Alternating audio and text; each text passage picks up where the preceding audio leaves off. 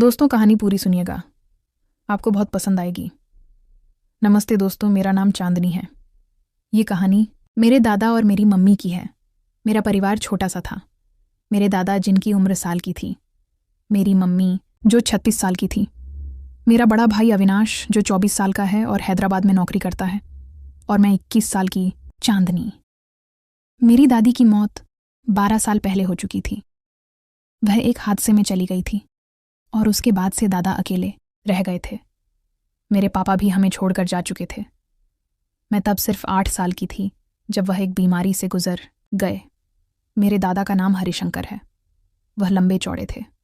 उम्र के हिसाब से मजबूत उनकी भूरी आंखों में एक गहराई थी और उनकी आवाज़ में एक अजीब सा आकर्षण। लोग कहते थे कि वह जवानी में बहुत हैंडसम रहे होंगे। मम्मी का नाम मंजू देवी है। वह बहुत खूबसूरत थी। गोरा रंग, लंबे काले बाल और एक मुस्कान जो किसी का भी दिल जीत ले। वो उदास रहती थी, शायद पापा की याद या शायद कुछ और। लेकिन सच तो मुझे बाद में पता चला। जब मैं कॉलेज में थी, पहले साल की पढ़ाई कर रही थी, अविनाश हैदराबाद में था पिछले 8 महीनों से। लेकिन उसकी गैर मौजूदगी में घर में एक खालीपन और बढ़ गया था, और शायद यही खालीपन दादा और मम्मी को एक दूसरे के करीब ले आया। ये सब पिछले 8 महीनों से साल की बात है। मार्च का महीना था। गर्मी शुरू हो चुकी थी। मैं कॉलेज से थक कर घर लौटी थी। उस दिन मेरी एक क्लास जल्दी खत्म हो गई थी और मैंने सोचा कि घर जाकर थोड़ा आराम करूंगी। घर का दरवाज़ा खुला था, जो थोड़ा अजीब था क्योंकि मम्मी हमेशा उसे बंद रखती थी। मैंने अपने जूते उतारे और चुपचाप अंदर चली गई। घर में सन्नाटा था। मैंने सोचा शायद मम्मी बाजार गई होंगी और दादा अपने कमरे में होंगे। मैं अपने कमरे की तरफ बढ़ी, लेकिन तभी मुझे रसोई से कुछ आवाज़ें सुनाई दी। हल्की हल्की हंसी, कुछ फुसफुसाहट। मैंने सोचा शायद कोई पड़ोसी आया होगा। मम्मी को हंसते हुए मैंने बहुत दिनों बाद सुना था, तो मेरे मन में एक उत्सुकता सी जागी। मैं चुपके से रसोई की तरफ बढ़ी। दरवाज़ा थोड़ा सा खुला था और मैंने अंदर झांक कर देखा। जो मैंने देखा वह मेरे लिए किसी झटके से कम नहीं था। मम्मी रसोई में खड़ी थी। वह चाय बना रही थी और उनके हाथ में एक कप था। उनके ठीक पीछे दादा खड़े थे। उनकी बाहें मम्मी की कमर पर थी और वह धीरे धीरे उनके कानों में कुछ कह रहे थे। मम्मी हंस रही थीं। उनकी आंखों में एक चमक थी जो मैंने पहले कभी नहीं देखी थी। दादा का चेहरा मम्मी के कंधे के पास था और वह धीरे से उनकी गर्दन के पास अपनी नाक ले गए। मम्मी ने हल्के से अपनी आंखें बंद की, जैसे वह उस पल को महसूस कर रही हो। ये सब इतना अजीब था कि मैं समझ ही नहीं पाई कि क्या हो रहा है। मेरा दिल जोर जोर से धड़क रहा था। मैं चुपचाप पीछे हट गई और अपने कमरे में चली गई। मैंने दरवाज़ा बंद किया और बिस्तर पर बैठ गई। मेरे दिमाग में सवालों का तूफान उठ रहा था। क्या मैंने जो देखा वह सच था? मैंने सोचा कि शायद मैं गलत समझ रही हूं। शायद वह बस हंसी मजाक कर रहे थे। लेकिन मेरे दिल को यकीन नहीं हो रहा था। मैंने अपने आप को शांत करने की कोशिश की। मैंने सोचा कि शायद यह एक बार की बात हो, लेकिन फिर भी मेरे मन में एक शक का बीज पड़ गया था। उस दिन के बाद मैंने दादा और मम्मी पर नज़र रखनी शुरू कर दी। अगले कुछ दिन मैंने गौर किया कि दिन में सब कुछ सामान्य था। मम्मी सुबह उठती, नाश्ता बनाती, दादा को चाय देती। दादा अपने अखबार में खोए रहते और मम्मी घर के काम में लगी रहती। लेकिन कुछ तो बदला हुआ था। दादा की आंखों में एक चमक थी जो पहले नहीं दिखती थी। वो मम्मी से बात करते वक्त थोड़ा ज्यादा मुस्कुराते थे।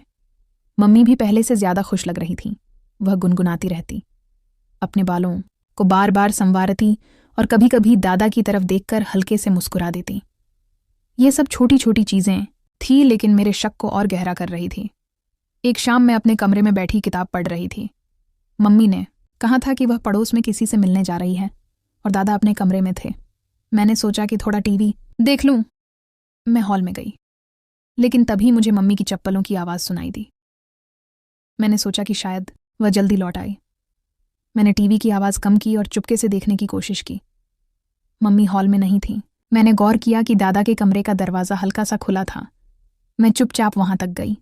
अंदर से मम्मी की धीमी आवाज़ आई, हरिशंकर जी, कोई देख लेगा तो क्या सोचेगा? दादा ने हंसते हुए कहा, मंजू, चांदनी ऊपर है और बाहर कोई नहीं है, चिंता मत करो। मैंने दरवाजे की दरार से झांका। मम्मी दादा के पास बैठी थी। दादा का हाथ मम्मी के कंधे पर था और वह धीरे धीरे उनके बालों को सहला रहे थे। मम्मी का चेहरा थोड़ा लाल था और वह दादा की तरफ देखकर मुस्कुरा रही थी। फिर दादा ने गला साफ करने की आवाज़ अपना चेहरा मम्मी के करीब किया और मम्मी ने अपनी आंखें बंद कर लीं। उनके बीच का वह पल कुछ ऐसा था जो मेरे लिए समझना मुश्किल था।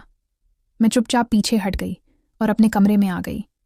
मेरा दिमाग शून्य हो गया था।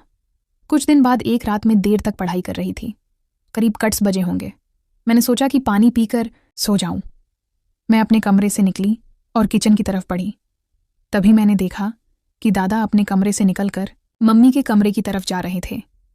वह चुपचाप चल रहे थे, जैसे किसी को पता ना चले। मम्मी का कमरा पहली मंजिल पर था और दादा का कमरा नीचे। मैंने सोचा कि शायद उन्हें कोई काम हो, लेकिन फिर मैंने देखा कि मम्मी के कमरे का दरवाज़ा हल्का सा खुला और दादा अंदर चले गए। दरवाज़ा बंद हो गया।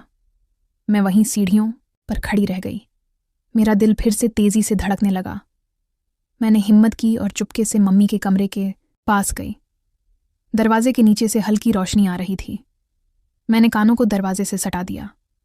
अंदर से हल्की हल्की बातें सुनाई दे रही थीं। मम्मी की आवाज़, हरिशंकर जी, अगर चांदनी को पता चल गया तो।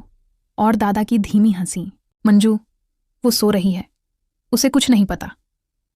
फिर कुछ देर के लिए सन्नाटा छा गया और फिर कुछ ऐसी आवाज़ें आईं जो मेरे लिए समझना मुश्किल नहीं था। बिस्तर की हल्की चरमराहट, कोई चीज़ गिरने की आवाज़ और फिर मम्मी की धीमी सांसें। ऐसा लग रहा था जैसे वह दोनों एक दूसरे के बहुत करीब थे। मैं वहां से भागकर अपने कमरे में आ गई। मैंने दरवाज़ा बंद किया और बिस्तर पर लेट गई। मेरी सांसें तेज़ थीं और मेरा शरीर कांप रहा था। ये क्या था? मेरी आंखों के सामने वहीं सब घूम रहा था। रसोई में वह पल, हॉल में वह करीबी, और अब यह रात का सन्नाटा। मैं सो नहीं पाई। मेरे मन में गुस्सा था, शर्मिंदगी की थी, लेकिन साथ ही एक अजीब सा खिंचाव भी था। मैं समझ नहीं पा रही थी कि मेरे साथ क्या हो रहा है। अगले दिन मैं कॉलेज गई, लेकिन मेरा ध्यान कहीं नहीं था। मेरे दोस्तों ने पूछा कि मैं उदास क्यों हूं, लेकिन मैंने कुछ नहीं बताया। मैं बस सोच रही थी कि क्या करूं। क्या मैं मम्मी से पूछूं या दादा से? लेकिन मेरे पास हिम्मत नहीं थी। और फिर एक अजीब बात हुई। मैं जब भी उस रात को याद करती, मेरा शरीर एक अजीब सी गर्मी से भर जाता। मेरे मन में कुछ गलत ख्याल आने लगे। मैं सोचने लगी कि क्या ऐसा होना गलत है?